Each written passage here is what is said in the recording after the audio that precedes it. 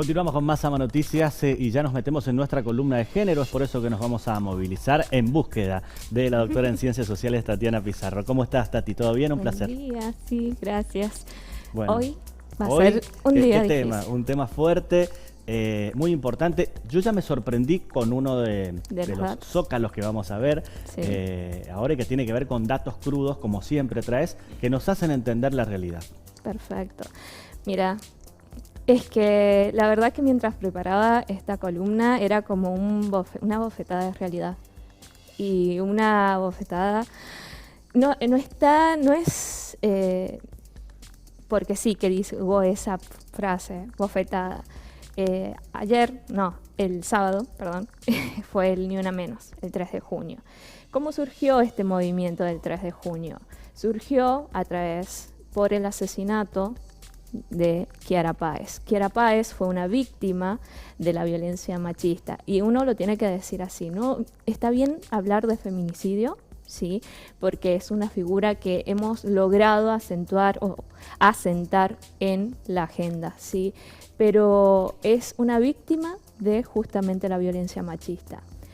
¿Qué pasa? Esta niña, porque era una niña de 14 años, estaba embarazada y fue asesinada por su pareja. Surgió el Ni Una Menos después de literalmente hartarnos, nosotras las mujeres hartarnos, de que no se hiciera nada, que el Estado no hiciera nada, que empezaran a aumentar los índices, estos números que vos decís, empezaran a aumentar y nadie hiciera nada, nadie hacía nada. Y entonces surgió, ahí se ven en imágenes, justamente el Ni Una Menos, que fue la marcha más multitudinaria que se tuvo por violencia de género acá en Argentina. Desde el 3 de junio del 2015 a la actualidad, ¿cuántos feminicidios hubo? 2.280 feminicidios. Es muchísimo. El número es tremendo y no es solamente un número. No es un número. Fíjate vos que ahora es que tratamos de visibilizarlo con números para ver si de pronto justamente traemos a la concientización. Yo no sabía que existía un registro nacional de feminicidios de la Corte Suprema. Mira vos, y eso que estamos pidiendo justamente porque la justicia, el sistema judicial, tenga una perspectiva de género, cosa que no sucede, pero sí tenemos un registro de feminicidios, es hasta contradictorio, es irónico. Bueno, pero pasa, Tati, coincidiremos o no, que también existe esto de registros, de protocolos, de visibilizar en algunas jornadas, pero después el funcionamiento pleno del Estado, de los poderes, no es el mismo que nos marcan esos discursos. De hecho, es muy clave que lo digas, porque fíjate vos, por año hay 291 asesinatos de mujeres, víctimas de mujeres, feminicidios, 281, de las cuales prácticamente el 70% hizo la denuncia. Es más, de esos hay un 61% de feminicidas que justamente habían tenido la cautelar, la famosa restricción, ¿sí? La orden de alejamiento, como uno lo dice en la cotidianidad. Es un porcentaje muy fuerte. Es muy fuerte y aún así siguen ocurriendo. O sea, eso no sirve de nada. ¿Qué nos está diciendo? Que eso no sirve de nada. Y hay un dato que me horrorizó, que es de esos 200, ¿sabes cuántas niñas? Son 100 niñas las que están muriendo. O sea, y por eso también peleamos mucho por la implementación de la ESI. ¿Por qué? Es interesante nombrar y visibilizar este número. ¿Por qué? Porque las niñas están recibiendo la ESI. Y contrario a lo que se dice de la famosa ideología de género, lo que trata de hacer la ESI, la educación sexual integral, es decir, el consentimiento es cuidar el cuerpo y también es el de sacar la idea del amor romántico, que del amor todo lo puede. De pronto que sufrís ciertas situaciones de violencia y vos vas a poder porque el amor todo lo puede, ¿viste? Entonces, justamente, se trata de visibilizar eso. Y traje algunos números. porque sí. Los datos son la realidad que nos llevan a pensar.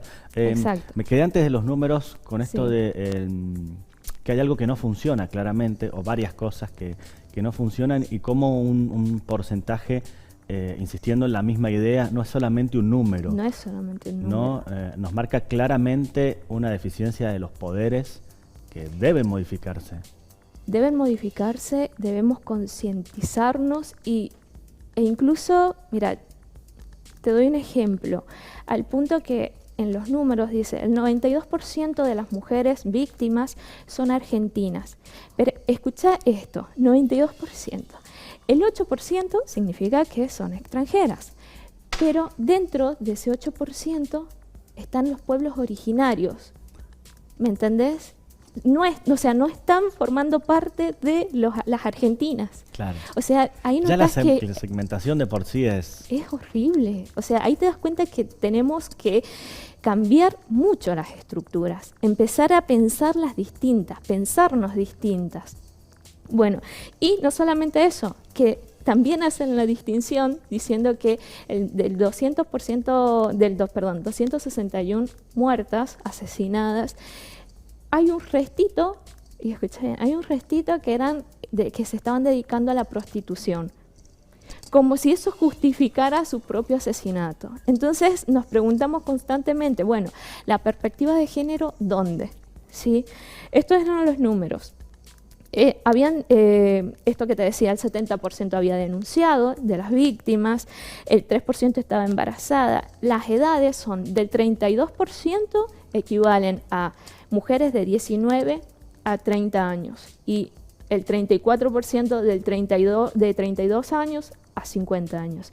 O sea, prácticamente toda tu vida estás llenando una estadística, ¿me entendés? O sea, es lamentable, pero son altas, ya sea de 19 a 30 o de 31 a 50, o sea, es prácticamente constantemente te tenés que estar cuidando, según las estadísticas, de la violencia machista. Es espantoso. Y justamente esto que planteabas vos, tenemos lo que serían las deudas pendientes, ¿sí? ¿Qué pasa? Y es algo que yo me he cuestionado. De pronto tenemos la ley Brisa, y la ley Brisa, ¿en qué consiste? Que es una especie de reparación histórica para las niñas y niños que quedaron sin su mamá. Sí, porque desde el 2015 hasta el 28 de mayo de este año hay 2.600 niños y niñas que han quedado sin mamá. Entonces se estableció la ley Brisa, que es una reparación histórica que equivale a una jubilación mínima que va a solventar la pérdida de esta mujer. ¿Y qué pasa? Tenemos eso. También tenemos la ley de protección integral para la mujer, ¿sí? Y también tenemos la ley Micaela, que la ley Micaela, recordemos que se creó a raíz de, por supuesto, el asesinato de Micaela, que justamente su asesino, ¿qué pasó? Su asesino valga la redundancia, había matado a otras mujeres antes y se había dicho con énfasis que por favor esa persona no estuviese libre.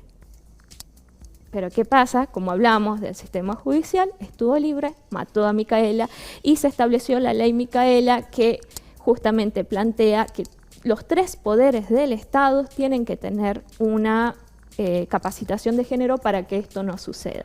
Entonces, ¿qué pasa? Si tenemos supuestamente un montón de herramientas, ¿qué está pasando? Porque del año pasado a este año han habido 261 asesinatos. Pero, o sea, el número es exacto. El año pasado fue 2022, fue 261, ahora 262. Es el mismo número. Entonces, si tenés estas herramientas, ¿qué está pasando? Iba a preguntarte nos vamos a poner en esto de analizar y segmentar en cada uno de los poderes del Estado relacionado a las deudas pendientes.